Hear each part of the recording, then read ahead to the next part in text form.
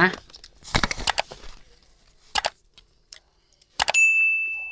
พอจะเจอไหน จับสบายดี ทางซ่อง สบายดีสั่งพรพิลาไว้ซะแล้ว กินข้าวกับยัง มันเอากับขักกระดาษ บอแม็กยังปิ้งหนูอยู่เลยพี่น้องสะพอนกินก่อนแล้วกินข้าวกับผักกระเดากับแจว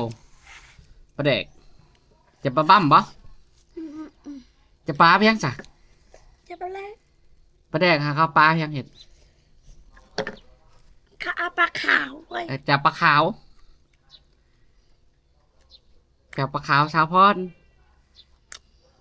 ดูซะ ลูกอยู่พูนมันยกกินข้าวอยู่ มันอยากกินข้าวเพราะว่า จะถอดแล้วสายพายลูก ถอดแล้วถอดแล้ว เดี๋ยวค่อยปิ้งไข่ก่อนจังสิปอนมัน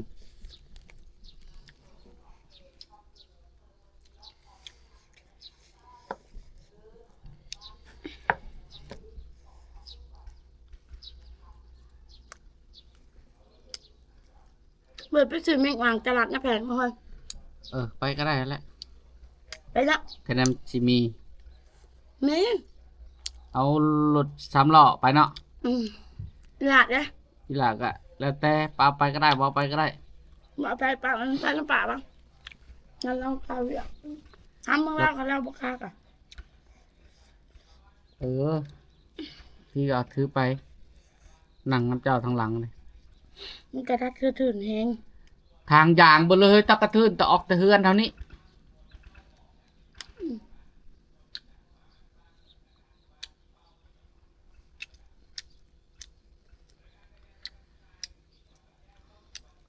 เดี๋ยวไปพลิกหนูก่อนเบิ่งมีหลาไปเขากำลัง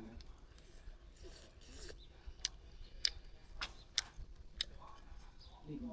เดียวเก่งนี้ลูกของแม่จะหน่อยจะลูกเด้อจะพออุ่นไข่ก่อนเด้อ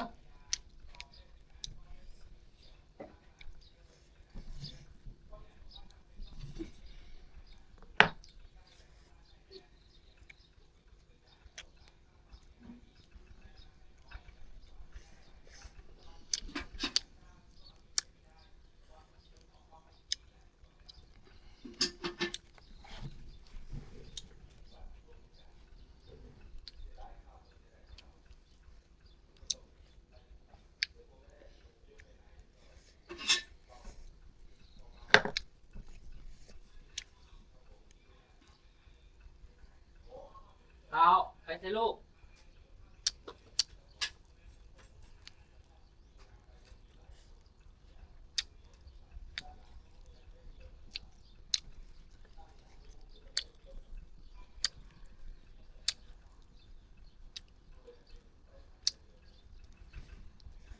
มีผ้าขนาดคมผ้าใหม่กับผ้ามันบด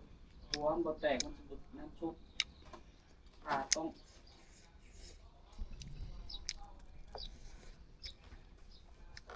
อันนั้นก็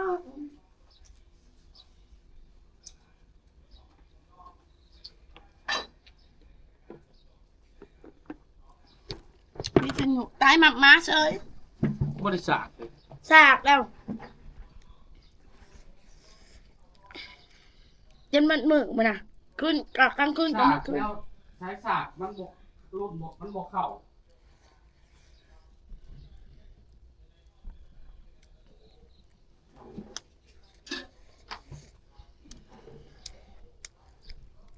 ทางลูก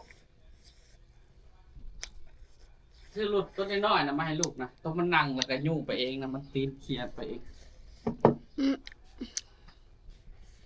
จังหน่อยมันใหญ่จังหน่อยให้มันขี่รถต้องเอาจืดมาไว้ฮะพอแล้ว มันจะเห็นมันจะใช้เชียร์แล้วมันจะไปหมด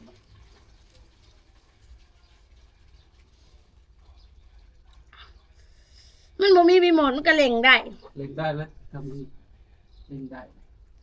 เอาเล่นในตีนมันได้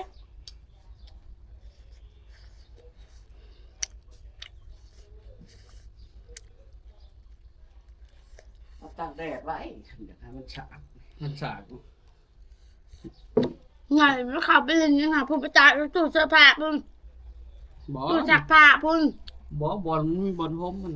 อันนี้ใครในแดดโชว์เข้ามาหรอ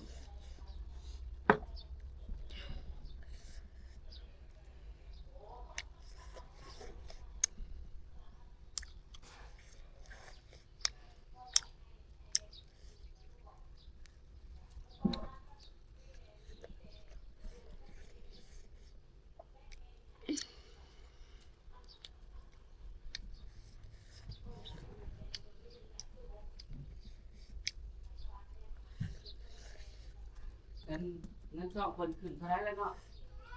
โมโห เก้า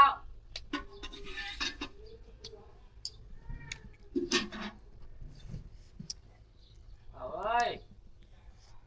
มาทำปีเด้อลูก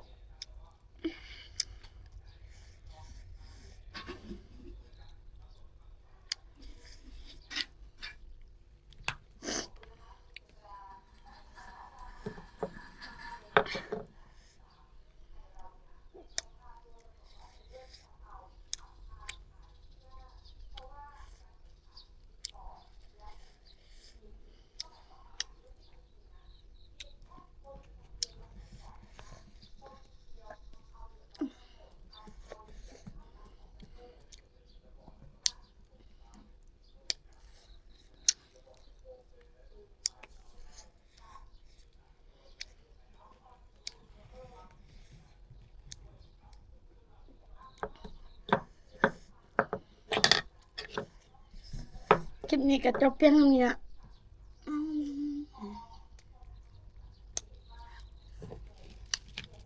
ว่าเขาอิ่มเลยได้ เออปวดนั่นบริกินสิกินได้จังไรก็คือว่าปวดเจ้าอีเลย หนูอิ่มแล้วแบบ สิปิด